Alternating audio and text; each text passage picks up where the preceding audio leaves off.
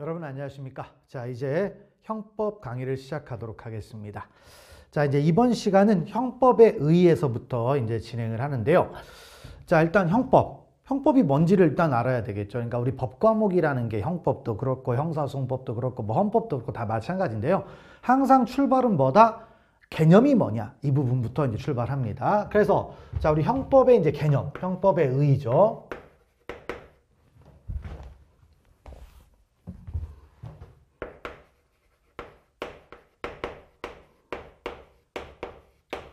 자, 형법은 무엇이냐 이런 부분들을 따집니다. 그래서 뭐 가장 이제 압축적으로 얘기하면은 뭐 이렇게 얘기할 수 있죠. 자, 그래서 형법은 뭐다? 이제 범죄와 형벌이다.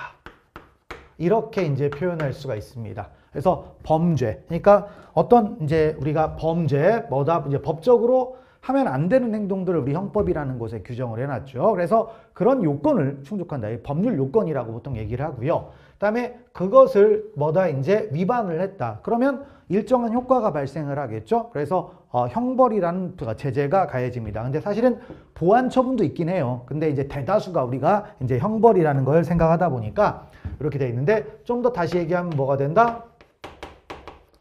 자, 범죄와 그다음에 그에 대한 제재로서 형벌과 보완 처분을 규정한 것, 이것을 뭐라고 한다? 바로 형법이라고 할 수가 있습니다. 자, 그러면 형법을 한번 상식적으로 한번 생각을 해보시면 되겠죠. 그래서 우리가 어떤 걸 한번 생각하시면 되냐면 좀 와닿기 쉽게. 자, 이제 우리 형법 250조에 가보면 살인죄가 있죠. 그래서 250조 1항을 한번 들어가 보면 살인죄라는 게 있습니다. 자, 그럼 살인죄는 어떻게 돼 있느냐? 사람을 뭐 했다? 살해한 자는 이렇게 돼 있죠. 사람을 살해한 자는 사형 무기 또는 5년 이상의 징역에 처한다 이렇게 돼 있는데, 자, 이걸 최대한 한번 줄여보자 이거죠. 자, 사람을 살해했습니다. 그러면 뭐다? 사형에 처한다. 이렇게 사람 보면 너 죽이면 너도 죽어 막 이렇게 할 수 있잖아요. 근데 어쨌든 무기도 있고 5년도 있지만 이렇게 이제 간단하게 한번 보시면 되겠죠. 자, 그러면 이제 어떤 내용이냐? 바로 형법은 뭐라고 했어요? 범죄를 규정해야 되겠죠. 그 범죄가 뭐다? 바로 사람을 살해하는 행위죠. 사람을 살해하는 행위. 바로 이게 뭐다? 범죄가 되는 겁니다. 그 다음에 자, 너 뭐다? 이제 이렇게 범죄를 저지른 녀석이 있어요. 그럼 뭐다? 너도 죽어라 해가지고 사형에 처한다 있죠. 그래서 이게 뭐다? 형벌이 되는 거죠. 그래서 형법은 바로 이러한 과목이라는 겁니다. 그리고 바로 이제 누구를 처벌합니까? 여기 자죠, 자. 그래서 이게 이제 범죄를 저지른 자. 그래서 우리가 형사소송법상으로 따지면 수사 단계면 피의자, 그다음에 공판 단계면 피고인, 그다음 뭐다? 수형자 단계이면 수형자, 이렇게 가는 거죠. 그래서 이런 것들, 이거를 다루는 법 과목을 우리는 뭐라고 한다? 형법, 이렇게 말한다라는 겁니다. 그래서 자, 형법 이걸 들어가는데요. 자, 그러면 이 형법을 이제 개념 정의를 이렇게 했는데, 이거를 이제 여러 가지 개념에 따라 좀 나눌 수가 있겠죠. 그래서 바로 형식적 의미 형법.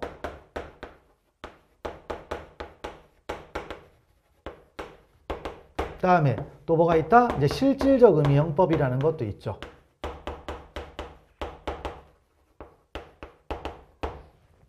자, 우리가 형법을 이제 형식적 의미 형법과 실질적 의미 형법으로 나눌 수가 있어요. 근데 이거는 모든 법 과목의 공통적인 이야기입니다. 그래서 항상 앞에 스타트가 나오는 얘기인데요. 자, 일단 형식적 의미라고 하면은 우리가 뭔가를 형식적으로 본다라고 하게 되면 명칭이나 이름을 보겠다라는 뜻입니다. 명칭이나 이름을 보겠다라는 뜻이고요. 다음 뭔가를 실질적으로 보겠다라고 하게 되면 명칭은 따지지 않아요. 그 안에 어떤 내용이 담겨져 있는지 이거를 따지는 것을 바로 실질적이라고 할 수 있습니다. 그래서 자, 모든 법에 똑같은 건데 형식적 의미 형법은 뭐예요? 바로 형법이라는 이름을 가진 법이죠.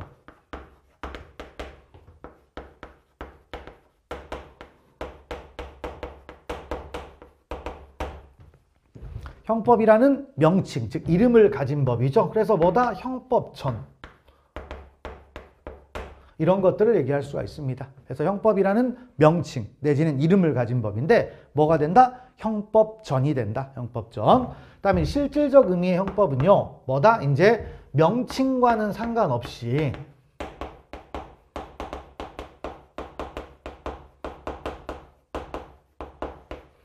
자, 명칭과는 상관없어요. 그럼 어떻게 된다? 자, 범죄와 형벌에 관한 내용이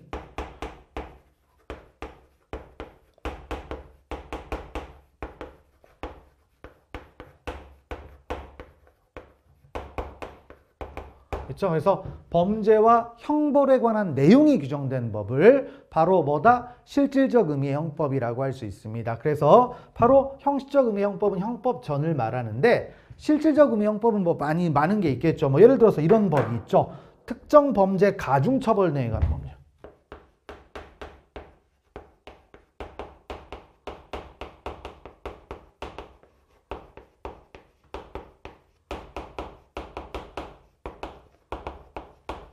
자, 우리가 뭐 특가법 하잖아요. 그래서 특정 범죄를 가중처벌하겠대요. 그러면 이것도 형법이라는 이름을 갖고 있지는 않지만 뭐가 되는 겁니까? 바로 실질적 의미의 형법. 이렇게 말할 수가 있다는 거죠. 근데 이것만 있는 건 아니죠. 많이 있어요. 그리고 여러분들이 이제 뭐 현실에서 이제 가장 많이 보는 법 중에 이제 하나인 뭐 도로교통법.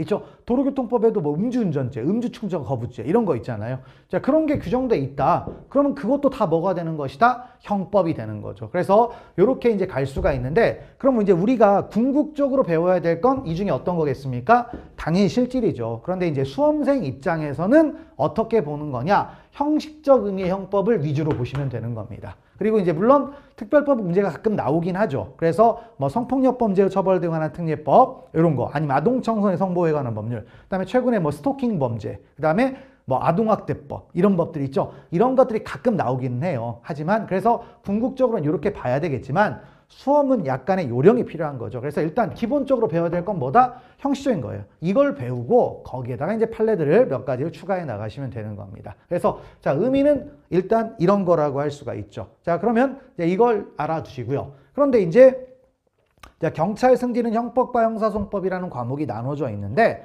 자, 이제 우리가 채용이나 이런 데에 들어가 보면 형사법이라는 말을 쓰잖아요. 그래서 바로 형사법 이렇게 표현을 하는데, 그럼 형사법이라는 과목은 이제 어떤 거냐 해가지고, 자, 뭐죠? 바로 형법하고 그다음 뭐다?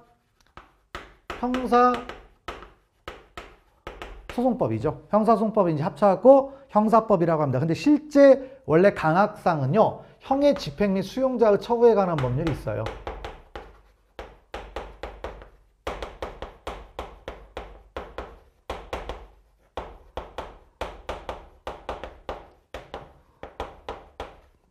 이렇게 되죠. 근데 이제 이 부분은 이제 어떻게 되냐면 이제 교정학으로 넘어가죠. 아니면 범죄학, 아니면 뭐죠? 형사 정책 이런 식으로 가는 거죠. 그래서 이쪽으로 이전이 된 겁니다. 이전이 됐고, 그래서 이제 우리가 이 두 가지를 합쳐서 이제 형사법이라고 하는 겁니다. 형사법. 그래서 요 과목은 이제 여러분들이 이제 뭐 경찰이든 이런 법과 관련된 직에 종사한다라고 하게 되면 평생을 알아야 되는 거죠. 평생을. 그래서 양대축이다. 근데 이제 형법, 이제 형사소송법은 절차법이라고 했으면 형법은 실체법이 되는 거죠. 이제 그런 부분들을 배워 나간다라는 겁니다. 그래서 거기에서 쭉 이제 가보시면 되겠죠. 그래서 형법의 개념부터 뭐 있는데 역시 가볍게 읽어보시면 되겠습니다. 뭐 이런 것들 가지고 문제를 뭐 깐깐하게 낼 것 같지는 않고, 그래서 간단하게 이제 보시면 되겠고요. 자, 그러면 이제 이걸 가지고 우리 이제 다음 페이지로 넘어가서, 자, 그럼 형법이라는 법을 만들었어요. 그러면 형법이 일정한 역할을 해야 되겠죠. 자, 사회적으로 아무런 역할을 할 수 없는 법을 만든다. 그 법은 만들 필요도 없고 만들었으면 사라질 수밖에 없는 겁니다. 그래서 바로 이제 형법을 만들었는데 그 기능을 한번 보자라는 거예요. 그래서 이런 것들은 이제 최근에 많이 물어보고 있습니다. 그래서 형법에 뭐가 등장한다? 기능이라는 게 있죠. 어떤 역할을 하느냐 그랬더니, 자, 우리 교과서에 몇 가지가 있어요? 4가지의 기능이 있다라고 되어 있죠. 그래서 첫 번째 뭐가 있다? 일단 규제적 기능이 있어요. 딱 써놓고 봅시다. 규제적 기능. 그 다음에 두 번째는 뭐가 있다? 자, 보호적 기능이 있습니다. 그 다음에 세 번째는 뭐가 있다? 이제 보장적 기능이 있고요. 그 다음 네 번째는 사회 보호적 기능이라는 것도 있습니다. 그래서 형법의 기능을 이렇게 몇 가지, 4가지로 보통 얘기를 합니다. 그런데 실제 이 네 번째 거 사회보호적 기능은요, 어떤 교수님께서 이걸 쓰다 보니까 이걸 우리가 넣는 건데 시험에는 나오지 않습니다. 나오지 않으니까 요거는 깔끔하게 이제 무시하시고, 그러니까 사회보호적 기능은 뭐냐면, 그러니까 형법으로 인해서 사회가 유지가 된다 이거죠. 네, 그런 의미다라는 건데, 수험생 입장에서 볼 거는 뭐다? 이렇게 세 가지가 있을 수가 있죠. 요 세 가지가 이제 형법의 기능인데, 그럼 첫 번째는 뭐다? 규제죠, 규제. 규제적 기능을 하는 겁니다. 그러면 규제를 한다라는 것은 결국에 이제 뭐죠? 누구를 규제한다라는 거예요, 1차적으로는. 당연히 뭐다? 법의 수범자인 누굽니까? 국민을 뭐다? 규제하는 거죠. 그래서 이제 국민을 규제하기 때문에 자, 이제 뭐가 된다? 행위규범의 역할을 합니다. 자, 뭐가 된다? 행위규범. 그래서 이게 일반 국민에게는 행위규범의 역할을 해요. 그래서 그런 규제적인 내용이 있다. 그러면 그런 행동을 하면 된다, 안 된다? 안 되는 거죠. 그래서 국가가 국민의 권리와 자유를 제한하는 거예요. 이걸 통해서. 자, 그렇게 되겠고요. 근데 형법이라는 건 방금 봤지만, 자, 이제 사람을 살해한 자는 사형에 처한다. 이렇게 되어 있잖아요. 그러면 사람을 살해했는지 안 했는지를 누가 판단합니까? 법원이 최종적으로 판단을 하죠. 즉, 법원은 뭘 합니까? 재판을 해요. 그리고 살인죄가 됐으면 이제 어떻게 됩니까? 사형밖에 없다면 사형을 선고해야 되겠죠. 자, 그런 것들이 이제 바로 법관의 재판을 뭐 한다? 규제하는 역할을 해요. 그래서 재판 뭐가 될 수 있다? 규범이 됩니다. 그래서 법관을 규제하는 거죠. 그러니까 우리가 법관이라고 자기 멋대로 재판하는 거 아닙니다. 물론 현실은 그렇긴 하겠지만은 법관도 엄연히 어디에 기속이 된다? 법률에 기속이 되는 거예요. 그래서 법에서 나온 것을 벗어나서 자기 멋대로 하면 안 되는 겁니다. 물론 법이 규정이 안 된 것들을 보충적으로 할 수는 있어요. 하지만 법에 나와 있는 걸 자기 멋대로 인정한다? 그럴 수는 없습니다. 그래서 이런 부분들 최근에 심각한 문제가 생겼죠. 그래서 일단 있는데 바로 그래서 이제 뭘 한다? 형법은 뭐 하는 거다? 규제적 기능을 하는데, 그래서 규제적 기능을 하는 바람에 이제 뭐가 된다? 일반 국민에게는 행위규범의 역할을 하는 거고, 형법은. 그다음에 법관에게는 무슨 역할을 한다? 재판규범의 역할을 한다라는 겁니다. 그래서 자, 일단 규제. 일단 1차적인 건 형법은 규제적 기능이에요. 자, 규제적. 그래서 이거 하지 마. 이런 얘기라는 거죠. 자, 근데 이제 보호적 기능. 두 번째 역할로서 이제 보호적 기능은 뭐냐? 이걸 한번 생각하는 거죠. 자, 우리가 형법, 살인죄라는 걸 만들어 놨습니다. 입법자가 살인죄라는 죄를 만들므로 해서 일반 국민들은 살인을 하면 된다, 안 된다? 안 되는 거죠. 그래서 국가는 뭐 하는 거다? 바로 이제 이렇게 해서 살인죄를 없애려고 하는 거죠. 그러니까 살인죄를 없애는 게 아니라 살인의 피해 사건을 살인 사건을 없애려고 하는 거죠. 그러면 어떻게 됩니까? 그것 때문에 뭐가 돼요? 이제 사람을 살해하는 행위를 억제할 거 아니에요. 억제하다 보면 살인 사건이 줄어들 것이고, 그것 때문에 바로 원래 죽어야 될 피해자가 보호되는 역할을 할 수가 있는 거죠. 그래서 바로 뭐라는 거다? 보호적 기능을 한다. 보호적 기능. 그래서 보호적인데 바로 법익을 보호한다라는 거예요. 그렇죠? 법익을 보호한다. 그래서 요거는 쉽게 말하면 피해자 관점에서 생각을 하시면 돼요. 피해자 관점에서 국가는 피해자를 보호하는 것이다. 이렇게 이제 생각을 하시면 되겠습니다. 자, 그걸 보시고요. 그 다음에 이제 제일 중요한 뭐가 있어요? 보장적 기능이 있죠. 보장적 기능. 자, 보장적 기능인데, 보장적 기능은 어떻게 되는 겁니까? 바로 이제 이건 범죄자 입장에서 생각하시면 돼요. 그러니까 피해자 관점이고, 이쪽은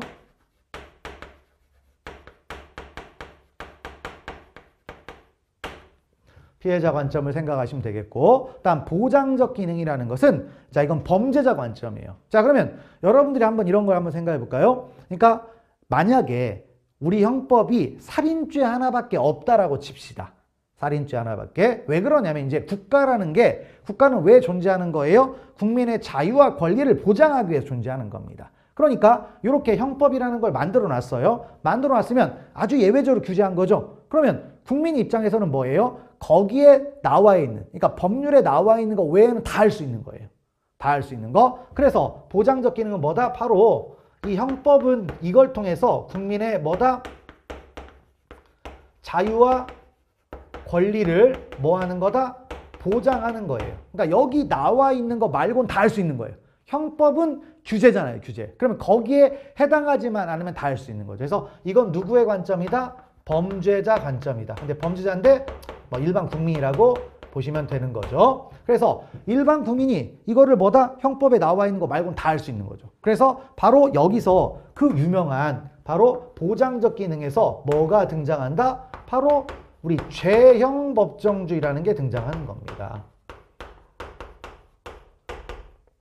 죄형 법정주의. 그래서 죄형 법정주의는 무엇과 관련이 돼 있다? 바로 형법의 보장적 기능과 관련돼 있다라는 거죠. 자, 그걸 알아주고요. 근데 이 두 가지는요, 사실은 뭡니까? 피해자 관점과 범죄자 관점이 동일할 수 있습니까? 안 되죠. 그래서 여기는 무슨 관계가 된다? 이 반비례 관계가 된다라는 거예요. 반비례 관계. 그러니까 보호적 기능을 강조하면 보장적 기능이 약화될 수밖에 없는 거예요. 그 다음에 보장적 기능이 강조되면 보호적 기능이 약할 수밖에 없는 거죠. 그래서 반비례 관계. 근데 어쨌든 현대 형법은 뭐다? 보장적 기능이 더 중요합니다. 근데 이제 최근에는 이런 보호적 기능, 그래서 피해자를 보호하는 쪽도 좀 중요하게 생각을 하죠. 그래서 형법에서 좀 독자적으로 피해자학, 뭐 이런 식으로 새로운 영역의 학문들이 등장을 해요. 등장을 하는데 형법은 기본적으로 뭐다? 보장적 기능을 기반으로 한다라는 겁니다. 그래서 그런 것들 알아주시고요. 그다음에 사회 보호적 기능은 그냥 있구나 정도만 알아주시면 되겠습니다. 자, 그래서 한번 내용을 봅시다. 형법은 행위규범 내지 재판규범으로서 일반 국민과 법관을 뭐한다? 규제하는 기능을 갖는다. 근데 행위규범은 누구를 규제한다? 일반 국민을 규제하는 것이고 재판규범은 뭐다? 법관을 규제한다라는 겁니다. 그거를 알아주시면 되겠고요. 그다음에 이제 보호적 기능 있죠. 형법은 법익뿐만 아니라 사회윤리적으로 가치 있는 행위도 보호하는 기능을 갖는다. 그래서 법익을 보호한다. 근데 뭐 사회윤리적이 있지만 대부분 법익이에요. 그래서 왜냐? 우리 형법은 다 법익이 존재하거든요. 그래서 그런 걸 알아두시면 되겠고, 그다음에 이제 보장적 기능 있죠. 형법은 국가 형벌권의 한계를 명백히 함으로써 자의적인 형벌로부터 국민의 자유와 권리를 보장하는 뭐다? 기능을 갖는다. 자유와 권리를 보장하는 거죠. 자, 그래서 이러한 보장적 기능은 형법의 기능 중 가장 중요하고 핵심적인 것으로 민주사회에서 가장 중시되는 기능으로 자, 뭐가 된다? 죄형 법정주의의 근본 원리가 된다. 죄형 법정주의가 출발한 거예요. 근데 제가 이제 뭐 여러분도 공부를 많이 했겠지만 저도 이제 공부를 좀 하다 보니까 결국에 제일 중요한 게 형법에서는요, 우리가 공부를 할 때 제일 중요한 기준은 이겁니다.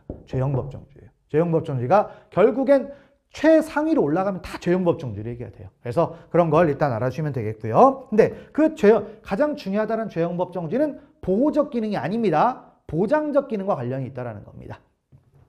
그걸 보시고요. 그다음에 사회보호적 기능 있죠? 형법은 형벌과 보완 처분을 수단으로 범죄 행위를 억제함으로써 범죄로부터 사회 공동질서를 유지하고 보호하는 기능을 담당한다. 그래서 그런 말들. 그래서 이제 형법의 앞에 도입부에 이런 얘기들이 있다. 이걸 보시고요. 그다음에 형법 이론이라는 게 있는데 뭐 객관주의, 주관주의 있고 뭐 있죠? 그래서 형벌 이론에 뭐 응보형, 목적형 이런 말 나오는데 그냥 넘어가셔도 됩니다.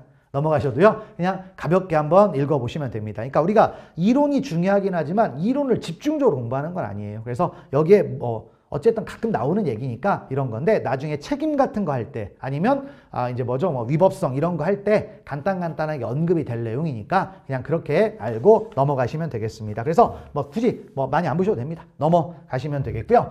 자, 그래서 이제 뭐다 이제 형법의 기능 이런 내용들을 봤습니다. 자, 그러면 이제 본격적으로 이제 우리가 수험에서 제일 중요하다라고 이제 판단되는 시험에 나오는 영역들을 봐야 되겠죠. 근데 서로는 대체적으로 두 문제, 맥시멈 두 문제입니다. 이번 시험에는 한 문제가 나왔지만 두 문제가 나와도 괜찮아요. 그러면 그 두 문제가 나오는데 이게 물론 나올 수도 있죠. 근데 보편적으로 나오는 건 뭐다? 첫 번째 문제는 죄형 법정주의입니다. 그래서 이제 그 죄형 법정주의를 한번 보도록 하죠.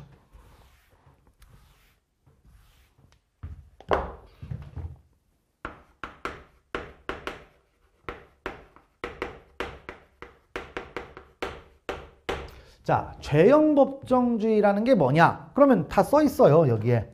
죄, 뭐죠? 범죄, 그다음에 형벌, 그다음에 법정, 법률로 정하자 이거죠. 그래서 죄형 법정주의라는 말의 뜻은 범죄와 뭐다? 형벌은 범죄와 형벌은 법률로 정해야 한다는 원칙입니다.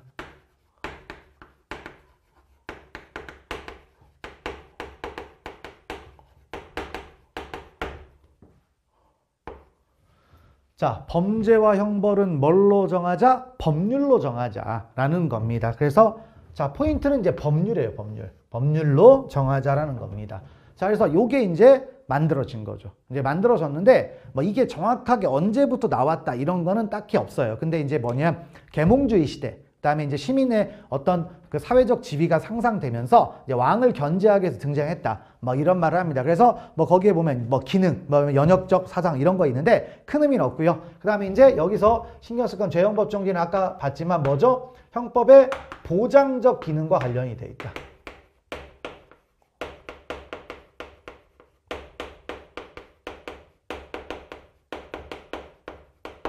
관련돼 있다. 그래서 이 부분을 이제 알아주시고, 그래서 핵심은 법률입니다. 법률로 정하자. 그러니까 출발은 법률이에요. 근데 법률이라는 얘기를 잠깐 약간의 이론적인 얘기를 하자면 이런 얘기입니다. 바로 이제 우리가 인류 역사를 잠깐 보는데요. 법학의 역사죠. 법의 역사에서 제일 중요한 말은, 자, 중요한 사건이 있어요. 바로 그 사건이 뭐다? 바로 프랑스 대혁명이죠.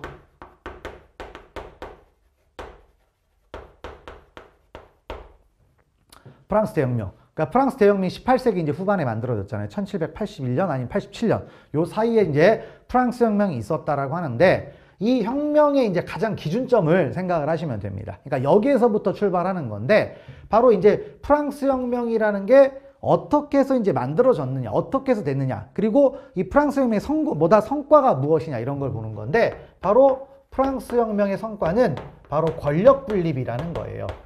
권력. 그래서 우리가 삼권 분립 하잖아요. 근데 삼권 분립이라는 게 요때 있었다. 요때 있었다. 그래서 요때 있었는데 그 전에 그러면 뭐예요? 요쪽은 권력 분립이 돼 있다, 안 돼 있다? 안 돼 있는 거죠. 그래서 권력 분립이 돼 있지 않다 보니까 모든 권력을 누가 갖습니까?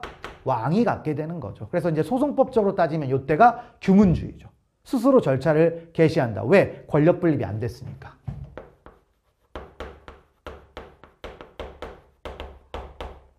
자, 권력 분립이 안 됐는데 이제 왕의 전권이 심해지니까 시민사회가 힘이 커졌는데 결국엔 뭐가 되는 거예요? 이제 프랑스 혁명이 성공을 했고, 그래서 이제 뭐가 이루어진다? 바로 권력 분립이라는 게 이루어진 겁니다. 권력 분립이 이루어졌어요. 그래서 그 권력 분립이 어떻게 되느냐? 바로 우리가 삼권이라고 하잖아요. 그래서 입법, 그다음에 행정이라고 말하는데 정확하게 말하면 집행입니다. 그다음에 사법이죠. 그래서 이제 이 부분인데, 자, 이제 예전에는 이 세 가지의 권력을 다 누가 가졌어요? 왕이 가졌죠. 이제 왕이 가졌는데, 근데 이제 뭐냐면 이제 권력 분립이 이루어졌는데 처음부터 왕을 없앤 건 아니에요. 그래서 이제 왕이 남아 있었는데, 바로 어찌됐든 그 혁명에 의해서 뭐가 만들어진다? 이 입법부라는 곳을 누가 장악합니까? 시민이 장악을 한 거죠. 시민이. 그래서 시민혁명이 성공을 한 거고, 그래서 시민이 장악을 했다. 그러면 시민이 장악을 했고요. 근데 이제 뭐죠? 아직까지 왕은 남아있다, 안 남아있다? 남아있어요. 근데 이제 왕이 여기에 있는 거예요, 아직까지. 그러면 시민들은 당연히 뭘 하겠습니까? 그러니까 입법부라는 곳이 어디입니까? 법을 만드는 곳이잖아요. 그러면 바로 형법, 이걸 만드는데 누가 만들어요? 시민이 만들죠. 그러면 시민이면 자기들이 만든 법으로 나를 처벌할 수 있다 이거죠. 그러니까 왕이 뭘 하면 된다, 안 된다? 안 된다 이거예요. 왕. 그러니까 옛날에 왕명, 어명이라고 하죠. 어명이요 막 이렇게 하잖아요. 왕이 모든 걸 하지 말라는 겁니다. 그래서 요 부분이 등장을 한 거죠. 그러니까 출발은 여기서부터 됐다. 근데 이제 시대가 점점 바뀌니까 확장을 해야 되겠죠. 처음에 출발점은 그랬다라는 겁니다. 그래서 그걸 알아주고요. 그래서 이제 죄형법정주의 이제 내용을 들어가 보면 그 첫 번째가 그래서 뭐가 된다? 바로 법률주의가 되는 겁니다. 그 첫 번째가 법률주의예요. 근데 법률주의 내용이 좀 이따 나올 겁니다. 자, 그 다음에 두 번째로는 그럼 이제 이렇게 이제 만들어지니까 점점 더 이제 확장합니다. 그러면 법률인데 언제의 법률? 행위시의 법률이죠. 그러니까 소급해서 처벌하면 된다, 안 된다? 안 된다. 그래서 두 번째 내용이 뭐가 된다? 바로 소급효 금지의 원칙이 등장을 하는 겁니다. 요게 등장을 한 거죠. 자, 그 다음에 세 번째로는 뭐냐? 그러면 이제 어떤 사람을 처벌하려고 하는데 아무리 나쁜 사람이지만 지금 처벌 규정이 없어요. 처벌하면 됩니까? 안 됩니까? 안 되죠. 사후입법을 통해 처벌하면 안 돼요.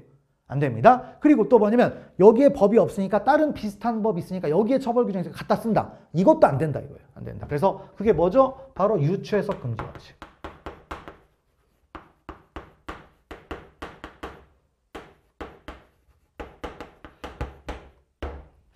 이렇게 됩니다. 그래서 유추해석. 비슷한 거 갖다 쓰지 말라 이거죠. 형법은 엄격하게 해석을 해야 된다는 겁니다. 자, 그리고 이제 네 번째로는 뭐냐? 그럼 일반 국민이 형법이 이제 보장적 기능이니까 법을 보고 뭘 해야 됩니까? 아, 이거 금지 규정이구나. 이거 하면 안 되는구나. 라는 걸 읽었을 때 알 수 있어야 됩니까? 몰라야 됩니까? 알 수 있어야 되겠죠. 그래서 뭐가 등장하느냐? 읽어봤는데 뭔 말인지 모르겠습니다. 라고 하면 된다, 안 된다? 안 되는 거죠. 그래서 뭐가 등장했다? 명확성의 원칙이라는 게 등장합니다. 명확성. 자, 그래서 이렇게 처음에 4가지였어요. 4가지. 그러다가 4가지가 됐고, 그 다음에 이제 시대가 많이 흐르는 거죠. 이게 18세기 후반이니까 지금 21세기니까요. 100여 년, 100몇십 년이 쭉 흐릅니다. 그러다가 세계 제2차 대전이 발발을 했고, 그 다음에 끝이 났습니다. 끝이 났는데, 그러니까 2차 대전도 역사가 있대요. 그래서 우리가 이제 헌법 제도, 법 제도상으로 따져보니까 왜 그런 일이 벌어졌을까? 이런 걸 좀 본 거예요. 그랬더니 제도가 좀 문제가 있구나. 그래서 제도를 바꾼다라고 합니다. 그래서 바로 이제 그 2차 대전이 끝나고 난 새로운 질서가 편성이 되는데, 그때 이제 우리가 보통 얘기하는 게 이제 헌법적으로 얘기하면 독일의 본기본법이라는 게 있어요. 그때 거기에서부터 뭘 추구하냐면 인간의 존엄과 가치가 최고라는 겁니다. 그래서 인간의 존엄과 가치가 이제 들어갔고, 그게 우리 헌법에서도 들어가야 돼요, 안 들어가야 돼요? 들어가야 되겠죠? 그래서 이제 마지막으로 뭐가 들어갔다? 적정성의 원칙. 요게 들어간 거예요. 자, 적정성의 원칙은 현대적 의미입니다. 죄형법정주의 현대적 의미. 그러니까 요게 마지막으로 들어온 거예요.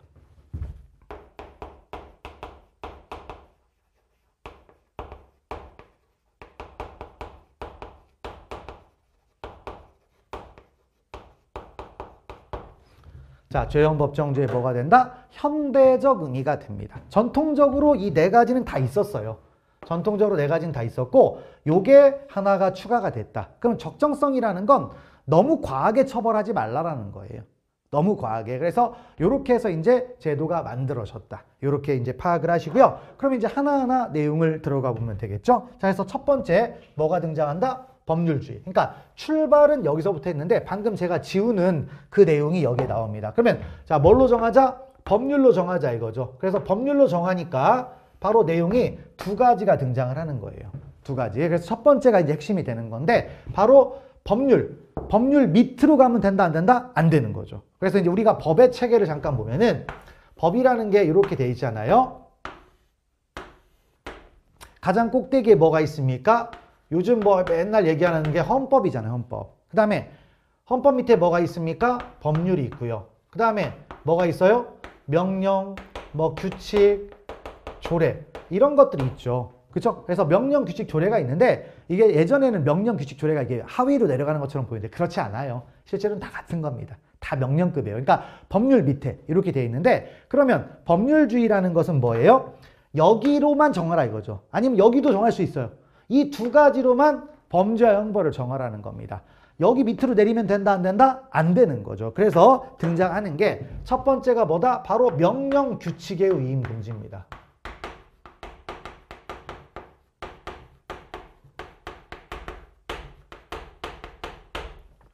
뭐가 만들어졌다? 명령, 규칙의 위임 금지라는 겁니다.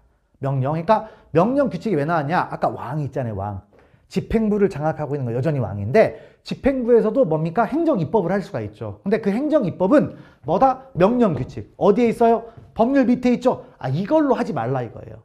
그래서 국민의 대표인 의회가 만든 법률로만 하라 이겁니다. 그게 있겠고요. 그 다음에 법률. 그러니까 법률은 또 뭐가 있냐면 눈에 보여야 돼요. 법전이 있어야 돼요. 그래서 법전. 그래서 이걸 또 다른 말로 성문법주의라고도 합니다. 성문법주의. 그럼 성문법의 반대말이 뭐예요?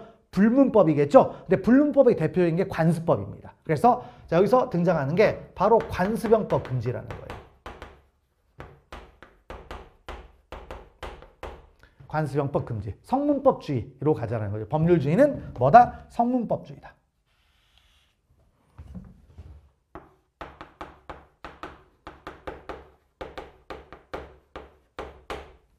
이렇게 된 겁니다. 그래서 이제 이 2가지가 만들어진 거예요. 그래서 이제 명령 규칙의 위임 금지. 출발을 이제 여기서부터 하면 되는 거죠. 그래서 이렇게 만들어졌다. 출발은 이렇게 만들어졌다. 자, 그러면 이제 이걸 놓고 내용을 한번 들어가 보면 자, 처음에 입법제가 뭐 죄형법정제가 만들어진 시기는 뭡니까?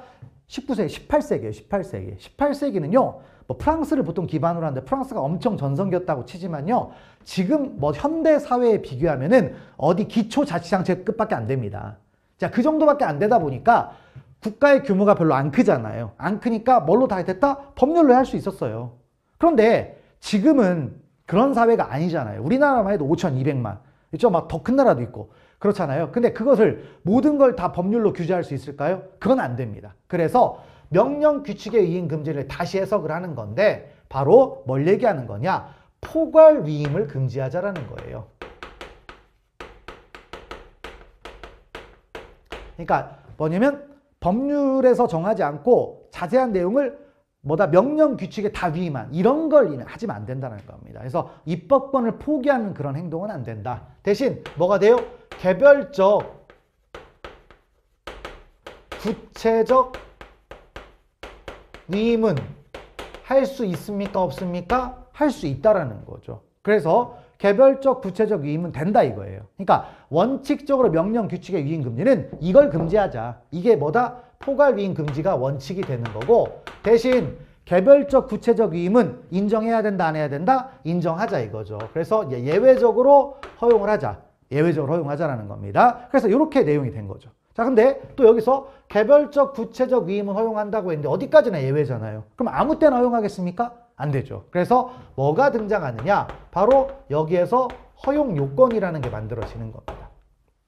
허용 요건. 그러니까 결국엔 뭐죠? 이런 그 명령 규칙의 위임을 언제 허용할 것인가? 기준점이 있어야 될 거 아니에요. 바로 이제 그런 기준을 우리 판례가 만들어주는 겁니다. 판례가 만들어주는데 판례는 대략적으로 몇 가지를 얘기했다? 3가지 요건을 충족하면 된대요. 3가지. 자, 그래서 첫 번째 내용은 뭐냐? 바로 자, 부득이한 사정이 있어야 돼. 법률로서 일일이 다 정할 수 있다, 없다?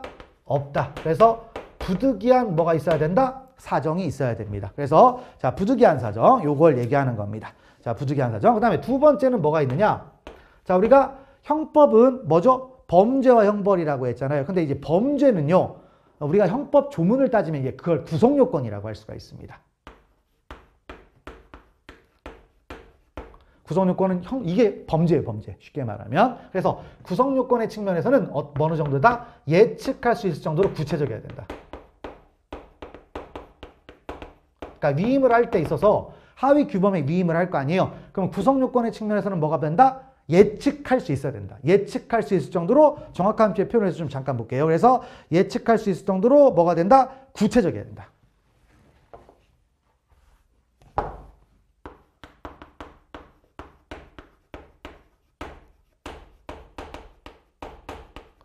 그러니까 법에다가는 일단 구체적으로 쓰라 이거예요. 구체적으로. 딱 조문만 읽어봐도 대략적으로 뭐다? 시행령 이런 것들이 명령 하위 규범의 내용들이 어떨 거라고 예측할 수 있어야 한다는 겁니다. 그 다음에 이제 세 번째는요. 형벌이 있겠죠. 형벌. 형벌의 측면에서는 뭐냐? 일단 형벌의 종류. 그 다음에 자, 상한, 폭. 이런 것들을 규정하라 이거예요. 요렇게. 그래서 부득이한 사정이 있다. 법률로 정할 수 없는 어떤 부득이한 사정이 있다. 복잡다기한 사회 때문에. 아니면 너무나도 많이 변하기 때문에. 그래서 그런 사정이 있고 그런 사정이 있을 때 그 구성요건. 그러니까 범죄 행위 태양. 범죄 행위 태양은 어떻게 했습니다? 예측할 수 있을 정도로 구체로 기재해야 되고 그 다음에 형벌의 측면에서는 형벌의 종류, 상한폭. 그래서 내가 어느 정도 형벌을 받을 수 있겠구나 라는 것이 뭐다? 확인될 수 있을 정도로 써주라는 겁니다. 자, 그래서 이런 요건을 충족해야 위임, 개별적, 구체적 위임이다. 이렇게 해서 인정할 수가 있다는 거죠. 자, 그래서 일단 여기까지를 한번 보겠습니다. 자, 그래서 법률주의라고 되어 있는데 이 부분을 봅시다. 그래서 앞부분 간단한 원론적인 얘기들은 이게 보시고요. 이제 세부적인 내용을 한번 들어가 보시면 자, 법률주의가 있습니다. 또 다른 말로 뭐라고 한다? 성문법주의라고 합니다. 그래서 이렇게 이제 가는데 근데 여기서 말하는 법률은 뭐죠? 누가 만들어요? 국회에서 제정하는 형식적 의미의 법률을 얘기하는 겁니다. 그래서 자, 있죠. 법률주의란 범죄와 형벌은 성문의 법률로 규정된다는 원칙. 그래서 성문법주의. 그리고 여기서의 법률은 국회에서 제정한 형식적 의미의 법률을 의미한다. 그래서 바로 형식적 의미의 법률이 아닌 관습형법. 된다, 안 된다? 안 되고. 그다음에 법률이 아닌 명령 규칙. 된다, 안 된다? 안 된다라는 거죠. 그래서 그런 얘기들을 파악을 하시면 되겠죠. 자, 그래서 있고요. 그래서 밑에 명령 규칙의 위임 금지인데 일단 위임법. 그러니까 하위 규범을 위임하는 거였죠. 그래서 개념 됐고 한계도 가볍게 읽어보시는데 한계에 뭐가 돼 있어요? 개별적, 구체적 위임은 된다, 안 된다? 되는 거죠. 자, 그 다음에 위임입법 허용 요건. 그래서 요 얘기인데 이건 이제 판례의 태도예요. 이런 것들을 누가 만들어줬다? 판례가 만들어줬다. 판례가 만들어졌습니다. 자, 그래서 그런 내용들을 보시고요. 그래서 바로 밑에 판례를 잠깐 보는데요. 근데 여러분들이 이제 교재를 보시면 아시겠지만은 자, 우리 이제 판례가 이렇게 나와 있는데 판례 옆에다가 한자로 표준이라는 걸 써놨잖아요. 한자 표준입니다. 표준. 표준이라고 되어 있는데 이걸 왜 써놓은 거냐면은 여러분들 아실지 뭐 한데요. 뭐 이런 게 있어요. 뭐냐면 이제 우리 그 법학 교육을 이제 하기 위해서 예전에 사법시험이 있다가 지금은 뭐가 됐습니까? 법학 전문대학원이라고 해서 로스쿨이라는 걸 만들었죠. 그래서 로스쿨을 그래서 졸업을 합니다. 졸업을 하면 바로 변호사가 되는 게 아니라 그 다음에 뭘 봐요? 변호사 시험을 봐야 되죠. 변호사 시험을 보는데 그 변호사 시험의 형법, 뭐 형사소송법, 민법 뭐 이런 거 다 된단 말이에요. 근데 문제는 이 로스쿨이 그렇게 생각보다 만들어진 지가 오래 안 됐어요. 그래서 이게 교육이 제대로 잘 안 된다라는 겁니다. 그래서 자, 이 로스쿨에서 그 전국에 있는 그 로스쿨이 있는 학교 교수님들이 모여가지고 교재를 좀 한번 만들어 보자라고 해가지고 뭘 만들었다? 표준 형법과 표준 민법이라는 걸 만들었어요. 그래서 표준 형법. 그래서 뭐냐면 표준 형법이라는 교재를 만들었는데 뭐 별거 아니고요. 그러니까 중요한 아주 기본이 됐던 판례들이 있을 거 아닙니까? 우리 지금까지 전체 법에서 아주 중요했던 판례들 이런 것들을 모아가지고 표준형법이라는 걸 만들었어요. 그래서 한 대략 요만합니다. 한 300 정도 좀 되는 것 같아요. 그래서 그런 교재는 물론 비매품입니다. 그래서 이렇게 만들었는데 저는 가지고 있어요. 그래서 있는데 자 이렇게 해서 만들어졌는데 이게 그럼 어떤 의미를 갖냐면 로스쿨 교수들이 이 책을 만들었으면 어떻게 되겠습니까? 변호사 시험에 출제를 하겠어요? 안 하겠어요? 이 판례를 기반으로. 출제를 하겠죠. 출제를 하는데 문제는 로스쿨 교수님들이 뭐죠? 우리 시험도 낸다 이거예요.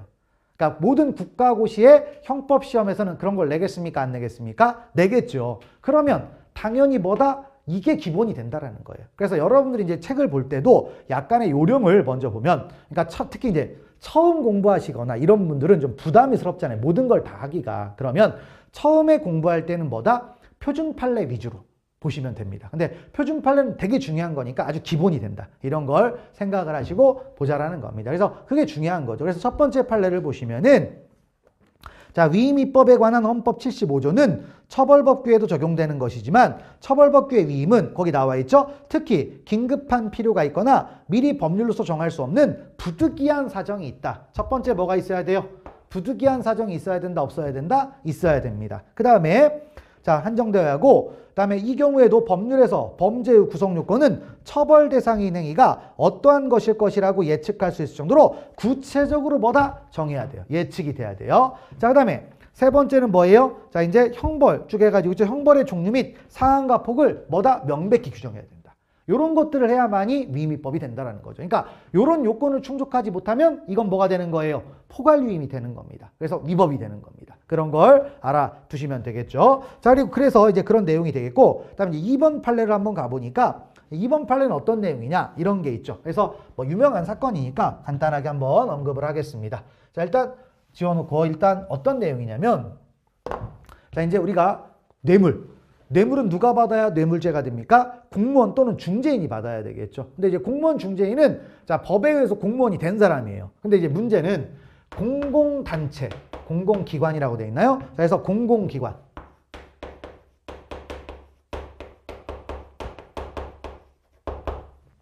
자, 공공기관에 뭐가 있다? 임직원이라는 사람들이 있죠. 근데 공공기관은 자, 이제 여기는 기업이에요, 기업. 쉽게 말하면 LH공사 뭐 이런 데를 생각을 하시면 되겠습니다. 자, 그런데 이 사람들이요, 이 임직원이라는 사람이 직무에 관해서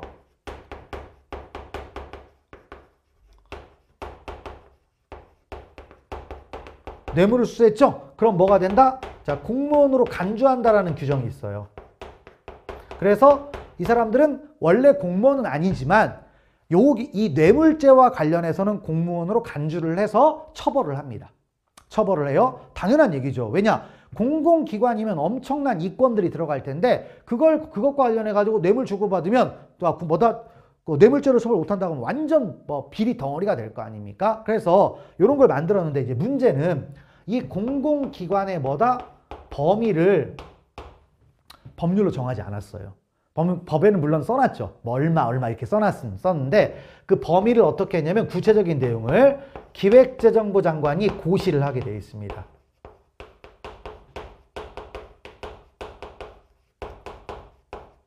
자, 기획재정부 장관의 고시에 의하도록 되어 있다. 그러면 고시는 그냥 뭐 100% 맞는 말은 아니지만 그냥 행정규칙 요 정도라고 생각하시면 되겠어요. 아니면 뭐 명령 정도 이렇게 생각을 하시면 되겠습니다. 자, 그래서 이렇게 했을 때 이게 포괄 뭐다 구체적 개별적 위임의 요건을 충족했냐 안 했냐 이걸 따진 거예요. 따졌는데 그럼 요 부분이 허용될 것인가 이걸 따졌는데 뭐냐면 공공기관이라고 쉽게 말하면 이런 거예요. 공공기관은 정부의 출자 지분이 있어요. 근데 출자 지분이 일정 액수를 넘어서면 공공기관이 되는데 그 출자 지분은 매년 바뀔 수가 있다는 거죠. 매년 바뀔 수가 있기 때문에 부득이한 사정이 있죠. 그래서 이렇게 해도 문제가 된다 안 된다? 안 된다. 그래서 죄용법정주 위반이 아니다 라는 취지의 판례입니다. 그래서 자 읽어보시면 그러니까 부득이한 사정이 있다 이거죠. 그래서 한번 읽어봅시다.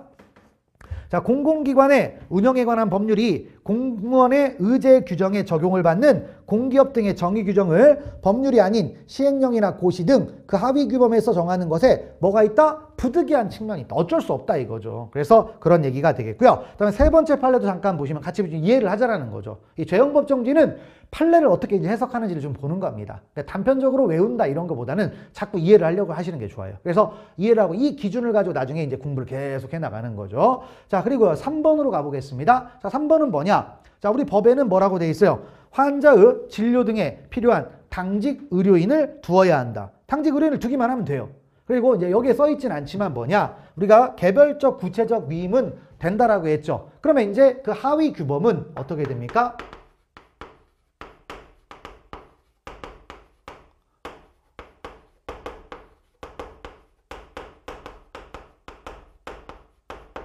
자, 위임 범위를 초과할 수 있다 없다? 초과할 수가 없어요. 초과하면 안 되는 거예요. 자, 그래서 초과하면 안 됩니다. 근데 자, 3번 들어가 보면 자, 법에는 환자의 진료 등에 필요한 당직 의료인을 두라고만 돼 있어요. 몇 명 두라고 안 써 있습니다. 그러면 자, 이제 우리 일반 국민의 입장에서는 당직 의료인 몇 명만 두면 돼요? 한 명만 두면 됩니다. 한 명만. 그쵸? 네, 그러면 법을 위반하지 않았다라고 판단할 수가 있을 겁니다. 그런데 시행령에 들어가 보니까 당직 의료인을 자 어떻게 했습니까? 숫자, 자격 이런 것까지 써버린 거예요. 그래서 몇 명, 뭐 3명 이상 두어야 된다. 이렇게 한 겁니다. 그럼 어떻게 돼요? 위임 범위를 뭐 했어요? 넘어섰죠? 안 된다. 그런 건 안 된다는 얘기입니다. 그래서 마저 읽어보시면 라고 규정하고 있을 뿐인데도 시행령 조항은 당직 의료인의 수와 자격 등 배치 기준을 규정하고 이를 위반하면 처벌 대상이 되도록 함으로써 형사처벌의 대상을 뭐 했다? 확장을 했다. 더 다시 얘기하면 위임 범위를 초과했다라는 거죠. 자, 이런 건 안 된다는 얘기입니다. 넘어가시면 되겠습니다. 그래서 이제 뭐가 됐다? 명령 규칙의 위임 금지. 물론 이제 법 조문들 판례가 많아요. 근데 많은데 뒤로 좀 빼놨습니다. 공부하기 좀 편하라고요. 그래서 그렇게 좀 알아주시면 되겠고, 자, 그다음에 이제 두 번째 뭐죠? 법률주의 법률주의 두 번째 내용으로서 뭐가 있다? 바로 관습형법 금지입니다. 그래서 관습형법 금지인데요. 자, 관습형법 그러니까 뭐냐면 법률에 없지만 어떤 지역에서는 이런 관습이 있어갖고 이걸로 처벌한다라는 겁니다. 자, 근데 여러분들이 좀 이제 알아둘 게 뭐냐? 이 죄형법정주의라는 건 누구 때문에 만든 거예요? 범죄자 때문에 만든 거예요. 그러면 그 사람에게 유리할 때에는 죄형법정주의를 무시합니다. 불리할 때에만 죄형법정주의를 따지는 거죠. 자, 그래서 뭐냐? 불리한 관습법을 금지하겠다는 겁니다.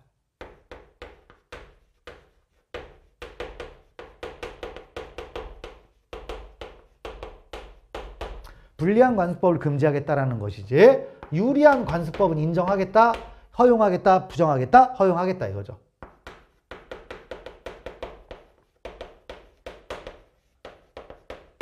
자, 유리한 관습법은 인정해 줍니다. 그러니까 법에서는 처벌 규정이 있어요. 그런데 어느 지역에 가보니까 야, 이거는 관행적으로 처벌 안 해 라는 관습이 존재하고 있다 이겁니다. 그러면 처벌 안 할 수도 있다는 거예요. 그래서 유리한 건 인정해 줍니다. 물론 이걸 최종적으로 받아줄지 말지는 법원이죠. 법원. 자, 그렇게 되겠고요. 그 다음에 이제 뭐냐? 우리가 이 관습형법이라는 건 이걸 통해서 처벌하는 걸 금지하자라는 뜻이에요. 근데 관습이라는 것은요, 우리가 법을 해석을 할 때에도 써먹을 수 있잖아요. 그래서 보충적 관습이라고 보통 부릅니다.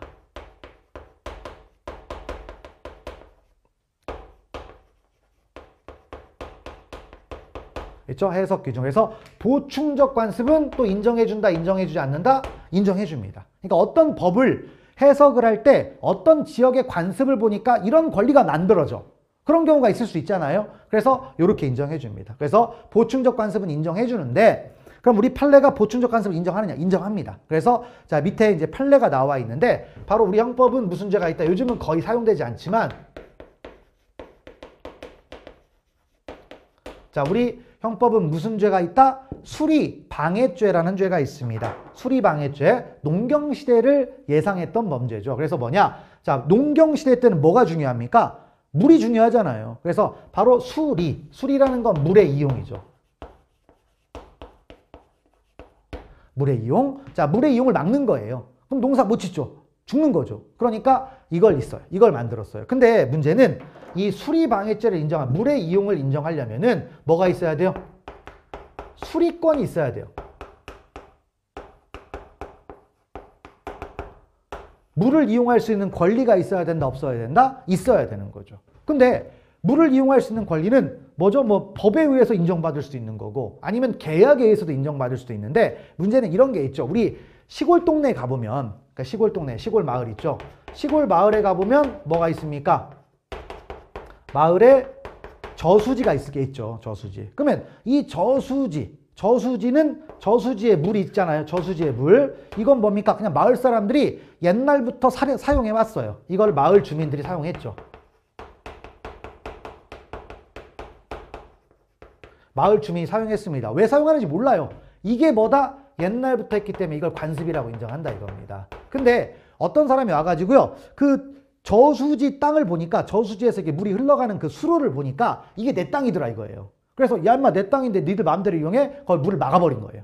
물을 막으니까 뭐가 돼요? 수리방해죄가 인정이 될 거야. 수리방해죄가 되느냐 안 되느냐가 논의가 됐는데 그럼 전제로 뭐예요? 그 마을 주민들이 수리권이 있냐? 이걸 따져야 되겠죠? 그랬더니 우리 판례는 뭐라고 했다? 관습에 의해서 수리권이 인정된다 라고 한 겁니다. 관습에 의해서 수리권을 인정했으니까 자 이제 그 막은 사람을 수리방해죄로 처벌할 수 있다 없다? 있다. 그래서 보충적 관습을 인정한 판례도 있다. 여기까지를 알아주시면 되는 거죠. 근데 뭐 이 판례가 중요한 건 아니에요. 근데 원래 죄마다 하나씩 판례가 있으면 좋잖아요. 근데 요 판례가 하나 있다. 그래서 이제 그걸 알아두시고 한번 보겠습니다. 자 그래서 관습형법의 금지 가보시면 관습형법의 금지 원칙이란 자 뭐다? 관습법에 의하여 새로운 구성요건을 창설하거나 형벌과 보완 처분을 가중하는 것은 허용되지 않는다. 그래서 관습법은 법원이 될 수 없다. 그래서 적용범위 들어가 보니까 불리한 관습법은 금지한다. 하지만 뭐 유리한 관습법은 인정해주자. 이런 얘기죠. 자, 그 다음에 보충적 관습 될 수 있냐? 된다 이거예요. 그러니까 직접적 관습을 가지고 처벌하면 안 되지만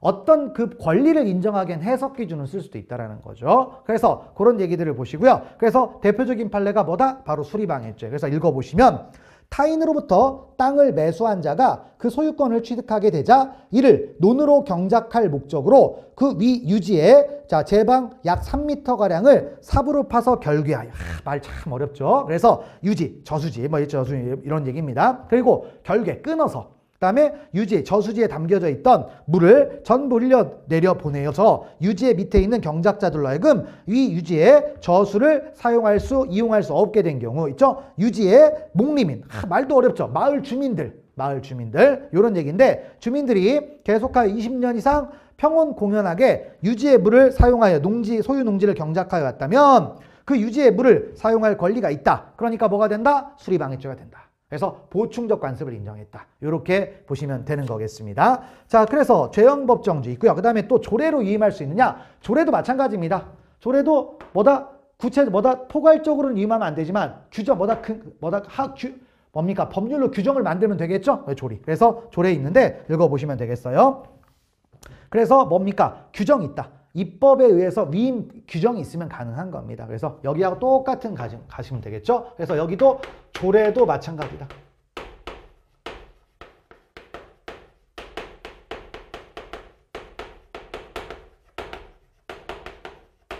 조례. 그래서 과거에 이제 명령 규칙이 있는데 조례도 요즘은 지방자치법이라는 게 중요하잖아요. 그러다 보니까 이렇게 나왔는데 법률에 근거가 있으면 가능한 겁니다. 그래서 그런 취지죠. 자, 그래서 읽어보시면 뭐 지방자치법 27조 해가지고 조례로서 1천만 원 이하의 과태료. 근데 정확하게 말하면 형벌은 아니지만 어쨌든 재산권 제한이잖아요. 법에 근거가 있으면 돼요. 그래서 그런 얘기고, 그래서 동그라미 2번 가보면 있죠? 진한 글씨부터 보세요. 개별법에서 벌칙 구성 요건을 정하고 그 벌칙 사항을 시도 조례에 위임했을 때 하나여. 그러니까 법률에서 뭐다? 위임 규정이 있을 때에는 뭐가 된다? 가능하다. 그래서 조례도 동인 기준. 그러니까 요 얘기죠. 명령, 규칙, 조례 위임 금지. 그렇죠? 그러니까 대신 구체적 위임은 가능하다라는 얘기죠. 그런 취지다라는 겁니다. 그래서 하나의 목차를 또 만들어 놨으니까 파악을 하시면 되겠습니다. 자, 그래서 첫 번째 법률주의 이런 얘기까지 쭉 봤습니다. 그래서 이제 죄형법정주의 본격적으로 들어가는데 죄형법정주의 또 중요한 내용이 뭡니까? 이런 게 중요하죠. 소급표 유추해서 이런 부분 봐야 되는데요. 일단 테마가 한번 살짝 바뀌었으니까 소급표 금지 원칙부터는요. 다음 시간부터 진행하도록 하겠습니다. 자, 수고하셨습니다.